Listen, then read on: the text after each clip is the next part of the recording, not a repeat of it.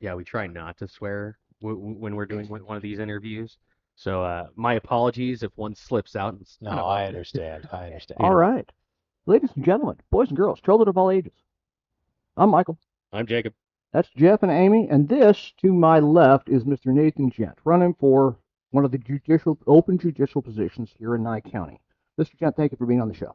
Hey, thank you for inviting me, Mike, Jacob, Jeff, Amy. I appreciate being here with you. All right. So let's get to the meat and potatoes, good sir. Tell us a little bit about yourself. For those of you who don't know me, I'm Nathan Gent. That's Gent as in gentleman. I was born and raised in the Seattle area, small town called Bremerton, Washington. We Yeah, won't I know hold that exactly against where you. that's at. I Just know exactly where that's at. nice. Big Navy town. Had my parents were not in the Navy, but I had a lot of friends growing up that were. Loved it. Beautiful area.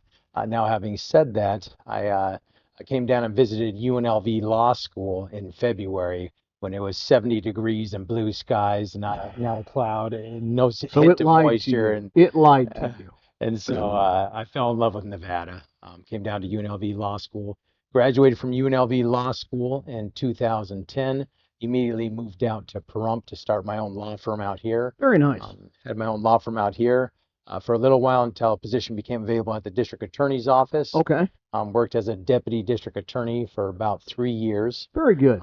both on the criminal side and the civil side. Okay. And then position became available to take one of the public defender contracts. And I really enjoy helping people out, fighting to protect the Constitution. So Totally I understand. Yeah, that's awesome. jumped on that, opened up my own law firm again, and have been doing that until now. So you've been on both sides of the courtroom, being both public defender and at the DA's office. That's an Yes. awesome level of experience. Yes. Yeah, I'm glad you bring that to the table. Um, so okay, because there's confusion, and I'm confused. Which position are you running for? I am running for District Court Judge Department 1. Okay, so Department 1. Got it. And the current Is there seat, Department 2? yes. That's Okay. correct. Okay, so this is the position There's two. There's two. There's departments. two departments. Okay, so D1. Department one is Longford, Department two Is Lane. is They both cover the exact same area. It's just 50% chance if you go up to district court, which Okay. department you'll be assigned to. I just didn't know because I'm sitting there and I'm like, because we hear judge, we hear justice of the peace, we hear all Yes. these other terms. And for me being a little bit of a layman, I'm like, okay, so which one is it? I need to know who's in this column, who's in this column. Is there multiple columns? Are they attached to the same building or are they separate courts? So all the same building, Jacob. Yeah. So hey, No, I want to make thankfully, sure. neither of us have ever had to sit in front as a defendant. I know you've sat in courtrooms before. Mhm. So have I. I've sat as an observer. So what kind of things does that court cover? So if you're talking about civil matters greater than $10,000, Okay. if you're talking about family law, divorces, child custody, Department of Child and Family Safety, juvenile, that's all handled at the district court level. Okay. And then obviously gross misdemeanors and felony matters. All right. Okay. Well, that makes sense then. Yeah. That clears a lot of stuff up for me. Yeah. Which is very nice, and because, like I said, I think the public's a little muddy on what each position does and how that all reflects.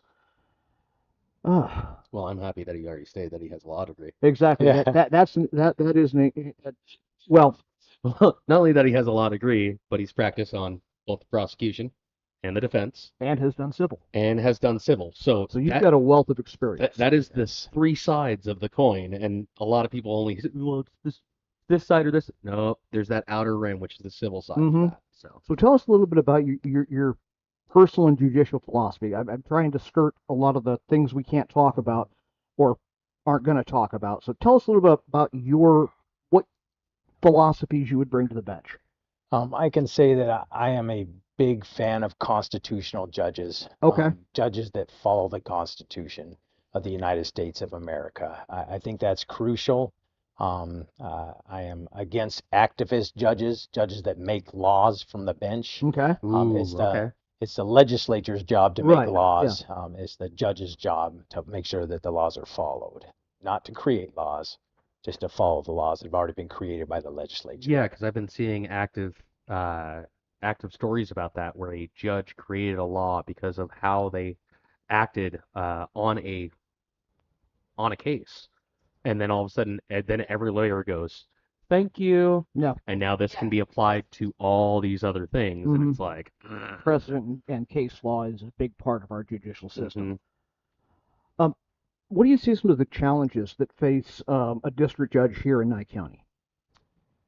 Um, from what I've seen practicing here for now 16 years, um, we need to have judges on the bench that are patient and respectful.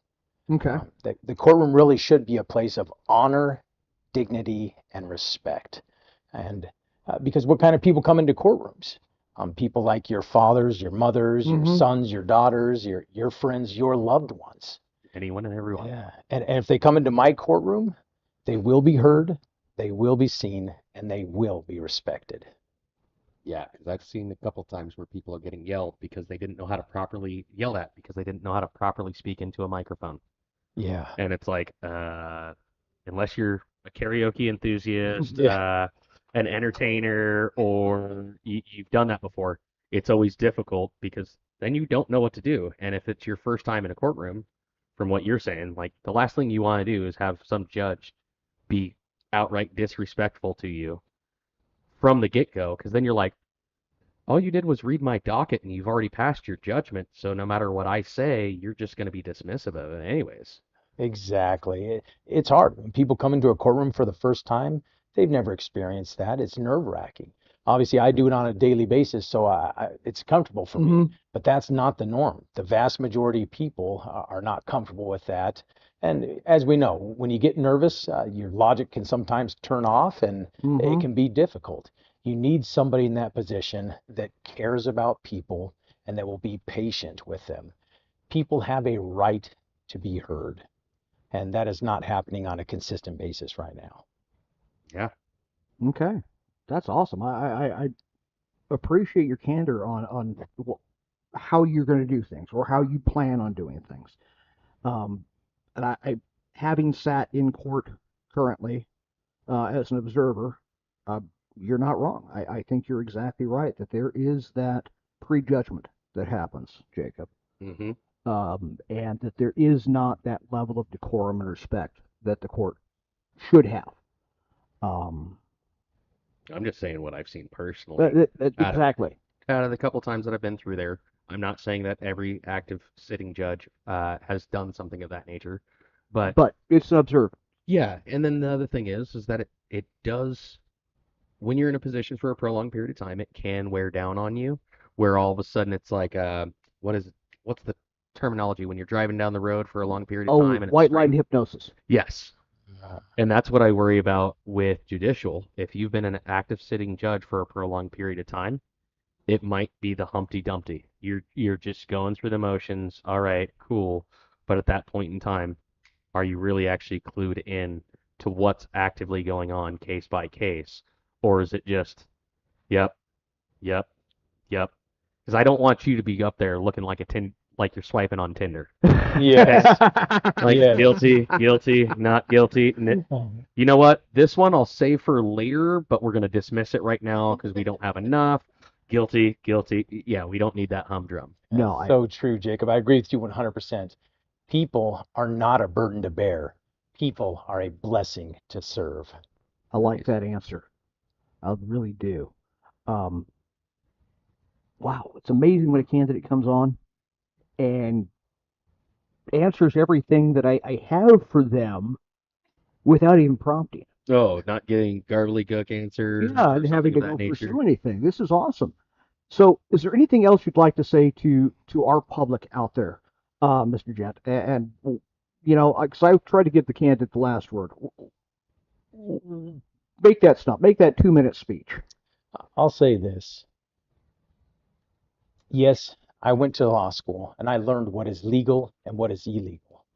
But I will never forget what my mother taught me in the living room, that we should treat others the way we want to be treated. Wow, profound. I like that. Better Short, than what my mom taught me. Jacob. I'm just being honest about How to run from the junk treat people like the way that you want to be treated. No, it's like, yo, just remember, if they swing first, now it's self-defense. And I'm like, wow. So we appreciate you being on. That was Mike, one of the thank you. smoothest interviews we have done. Jacob, appreciate your time. Not a problem. And this is one I can actually say, Jacob, Okay. because I am going to say it. I know you've cautioned me about saying it before. You've got my vote. Awesome. That's a Thank you, slam Mike. dunk for me, good sir. Slam dunk. Thank you, Mike. I appreciate your support. Absolutely. Miss Amy, whenever you're ready. Absolutely. Thank you. Thanks, guys. Awesome. Thank you, Amy. Like I Thank said, you, that Jeff. Thank you, went Jacob. so